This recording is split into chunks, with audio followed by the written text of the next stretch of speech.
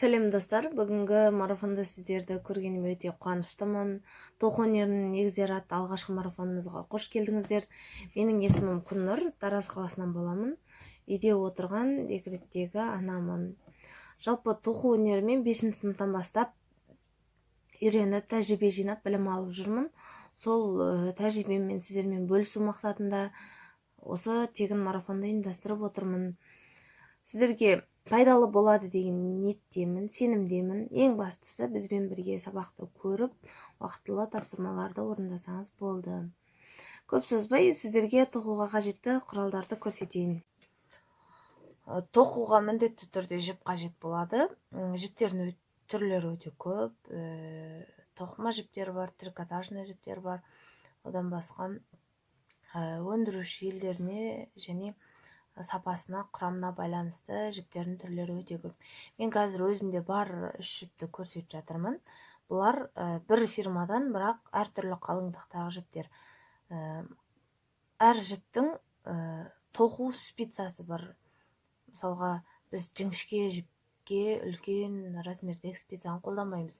Жіңішке спицаларды қолданамыз. Ал керісінше үлкен қалыңдықтағы жіптерге жіңішке спицаларды қолдана алмаймыз. Яғни, мына жерде мысалға бізде 100 грамда 240 метрлік жіпке біз 3-ші размердегі спицаны қолданамыз. Яғни, бұл мынандай қалыңдықтағы спица. Ал мынау 100 грамда 170 метрлік жіпке мысалға 4-ші размердегі жіпті спицаны қолдансаңыздар болады.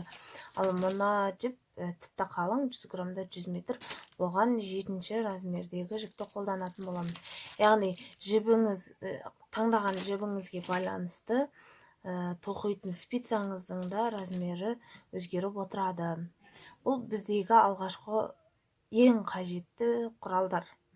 Ал енді бұдан кейінгі құралдар бізге қосымша. Жалпы спицалардың түрлері өте көп. Мынау мендегі размерлеріне байланысты. Қазір жаңадан үйреніп жатқан кісілерге осы спицалар өте ыңғайлы. Себебі бұл жіптің тез сырғуына және қолға өте ұстағанға ыңғайлы. Себебі біреу қатты тоқиды, біреу жай тоқиды. Соның барлығына кішкене төзімді спица деп айтсақ та болады. Және мынандай сымы жоқ, лескасы жоқ спицалармен де тоқсақ болады. Жалпы спицалар пластмассы, жаңағыдай жемпірге арналған спицалар, ағаш спицалардың түрлері өте көп. Мен қазір сіздерге осы бізге қажетті спицаларды көрсетейін. Бізге осы 3-ші размердегі осындай спица немесе мынандай 20 сантиметрлік спица қажет. Біз узор тоқимыз. Одан бөлек тоқуға қажетті құралдардың бірі бұл ине. Яғни бұл біздің бұйымдарымызды біріктіргенде, жаңағыдай артық жіптерді жасырғанда өте қажет құрал. Тағы бір құралымыз бұл маркер. Маркердің түрлері өте көп. Мендегі түрі осындай. Қолдан жасап алсақ та болады әртүрлі моншақтармен. Бұл маркерлер жаңадан үйреніп жатқан кісілерге өте қажет. Себебі жаңағыдай қай жерден бастадық, мысалы дөңгелек шапка тоқып жатқан кезде қай жерден бастадық, немесе қай жерде ілмектерді узорға салатын кезде өте қажет құралдар. Себебі ілмектер ағытылып кетпеуіне жақсы көмектеседі. Тағы бір құралдардың бірі бұл колпачоктар. Яғни біз мысалға осындай көлемдегі тоқып жатқан кезде көп жағдайда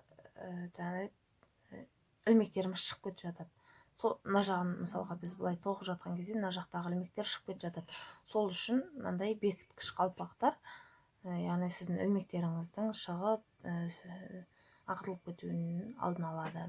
Сонымен қатар бізге қайшы қажет болады, яғни жіптерімізді кескенге, одан бөлек сызғыш, мынандай метр алсаңыздар да болады, немесе сызғыш алсаңыздар да болады.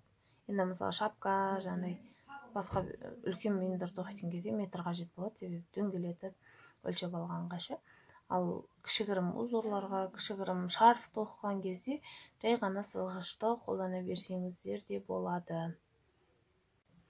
Бұл тоқуға арналған құрал, яғни крючок, ілмек деп айтамыз.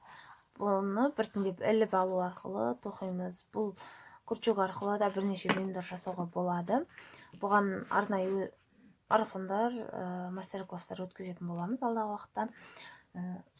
Бізде спицада кәдімгідей тоқысақ, жаңағыдай жіпке байланып, бұл жерде тек қана бір ілмекті дамыту арқылы түрлі узорлар, түрлі бұйымдар жасауға болады.